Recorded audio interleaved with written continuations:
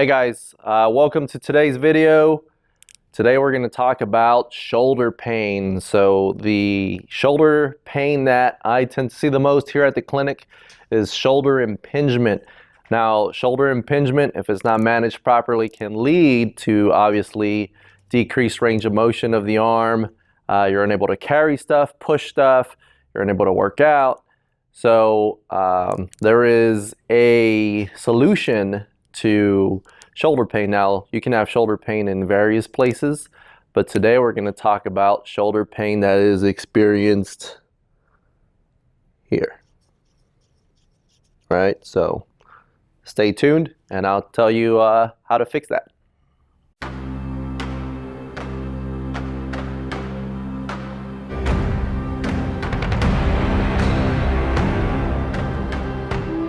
Hey guys, welcome back. Jorge Guerrero, Doctor of Physical Therapy, aka Dr. G. Just like I promised, today we're going to cover shoulder pain. Now, like I said before, you can have shoulder pain in various parts of the arm, but today I'm going to cover shoulder impingement, which involves a muscle called the supraspinatus.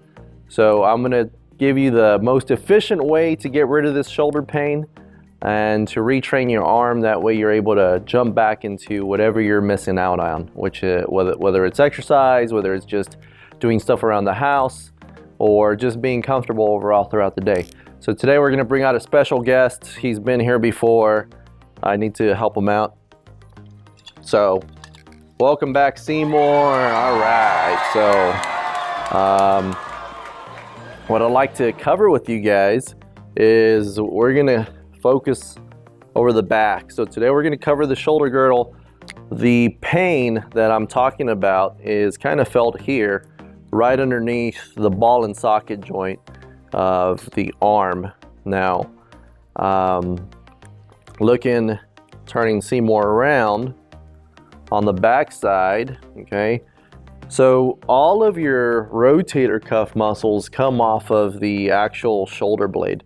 And now I just want to clearly correct everyone out there. The correct term is rotator cuff, like the cuff on your shirt, not rotator cuff. Okay, so rotator cuff is the correct term. Now, there are 4 major rotator cuff muscles, but the one that becomes injured the most is your supraspinatus. So the supraspinatus, supra meaning on top, and spinatus meaning spine. This is the spine of the scapula or the shoulder blade. That muscle kind of sits here in this little bed, right? And it wraps around this way, and then it inserts on top. Now, the primary reason for that hurting, right, is because when you go to lift your arm, that ball pinches on that bone, right? Just like that. And look at what's getting sandwiched in between.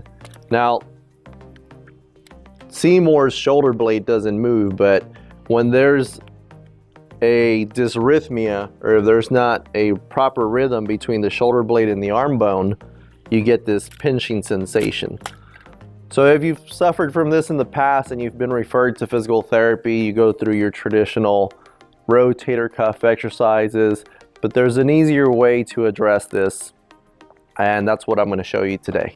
So the first thing you want to start with when you're suffering from shoulder impingement is you want to create a balance between the rotator cuff and a muscle called the serratus anterior. Now, the serratus anterior is a muscle that stabilizes the shoulder blade. It's also known as the pushing muscle. So if you look on the internet, you'll find a lot of ideas for the serratus anterior.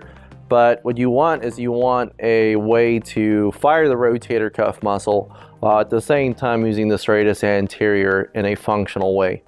So the easiest movement to do is called shoulder flexion. But if it hurts to lift your arm, then you're going to need assistance from another mechanism to be able to lift your arm. At this point, I recommend a power band. So a power band can be purchased pretty much on the internet from different outlets. But this is a 12-pound power band, so there's about 12 pounds of resistance. I'm going to hook it to the squat rack. You can hook it to anything. Just make sure it's a stable surface. That way the apparatus that you hook it to doesn't fall on your head. Now, once it's hooked on there, I'm going to sit in front of the power band, and I'm gonna bring it, remember I can't lift my arm over my head, so I'm gonna do my best. I'm gonna bring my arms this way, and I'm going to extend my elbow. Now it's okay to feel some discomfort, right? Because you're injured, but you're retraining the arm on how to fire. So here what you wanna do is you wanna push out in front of you. That activates your serratus anterior. Once you have that activated, then you allow the band to take your arms up and try to stay in a realm where there's a little bit of discomfort, but you're not creating any sharp pain into the shoulder, right? A little bit of discomfort is fine. You want to eliminate any unwanted movement, especially when you're in pain, you'll tend to guard. So you want to prevent any type of shrugging, keep that shoulder blade down. It'll require a little bit of motor control. But the more you do these, the better you get at it. Now, serratus anterior is a slow twitch muscle fiber. So I would recommend a lot of repetitions. A lot of repetitions, what's a lot of repetitions? Do 20 seconds of active work, rest for 10 seconds, and then continue to do that for about 4 minutes. That'll give you a total of 8 rounds. Don't count, just 20 seconds on, 10 seconds off. And that would be step 1 for serratus anterior and getting rid of that impingement. All right, so after you have done your active assistive shoulder flexion for about a week or so, or until your symptoms have resolved and you're able to take your arms all the way overhead, then the next step is to introduce more resistance, but this time without help. So now I'm going to utilize a 30-pound power band. Okay, and we're going to wrap that around. I'll sit right here that way you can take a look at it. Just like so. Sneak your elbows through.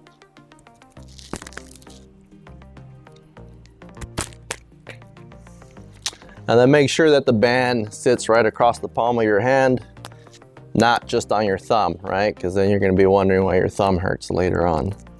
So once you're there, situate yourself on a bench, lie back, create global extension of the spine, make sure your feet are flat on the floor, right? Bring your shoulder blades together, and what you're going to do is you're going to push. You're going to push all the way up and slowly bring it down, and then push the other side all the way up, bring it down. Okay, now your repetition scheme on this is going to be 3 sets of 10 per arm, so a total of 30 per arm total, right? Once that becomes easy, then you can go into a fly. So again, global extension of the spine, bring the band up, bring the hands together, bring them apart. Slowly, that'll make the rotator cuff and the scapular muscles stabilize the scapula. All these exercises are done slow and controlled. Doesn't matter if you CrossFit or you're a bodybuilder, or if you're a stay-at-home parent, right? Because now anyone can stay at home nowadays, just like so, right? Same repetition scheme, 3 sets of 10. So last of all, okay, so you've done your active assistive shoulder flexion and it's no longer painful. You got full range of motion, but you're still having, and you're also doing your resisted bench press and your resisted flies with your power band, and it's good. You're just experiencing a little bit of discomfort. Well, now it's time to advance it, right? So this is for your higher level athletes or your weekend warriors. The last thing you want to do is you want to grab a couple of kettlebells. Now, with the kettlebells, what you're going to do, you're going to situate yourself into a push-up position, and that's going to fire all your scapular stabilizers and your rotator cuff. Now, what you don't want to do is you don't want to sink, you want to actually push and hold, okay? Now, once you're pushing and holding, you're going to lift one side, you're going to lower it, you're going to lift the other one. Now, the arm getting the workout is the one holding you up. because that makes all the rotator cuff muscles fire, including serratus anterior. Not an easy exercise. I probably wouldn't recommend jumping into this too quickly. And make sure your kettlebells are the larger kettlebells, because if you use a small kettlebell, then you're gonna run into the danger of the kettlebell turning over and you fracturing your wrist. So extreme caution with this exercise. Very effective. If the push-up position doesn't work, then you can modify it onto your knees, right? So same thing, a little more manageable. Okay, and that should take care of your shoulder impingement problems. I'm Jorge Herrero, Doctor of Physical Therapy, and we'll see you next time. Don't forget to click, like, subscribe, and if you've missed any of our previous episodes, they're here on the top corner. See you next time.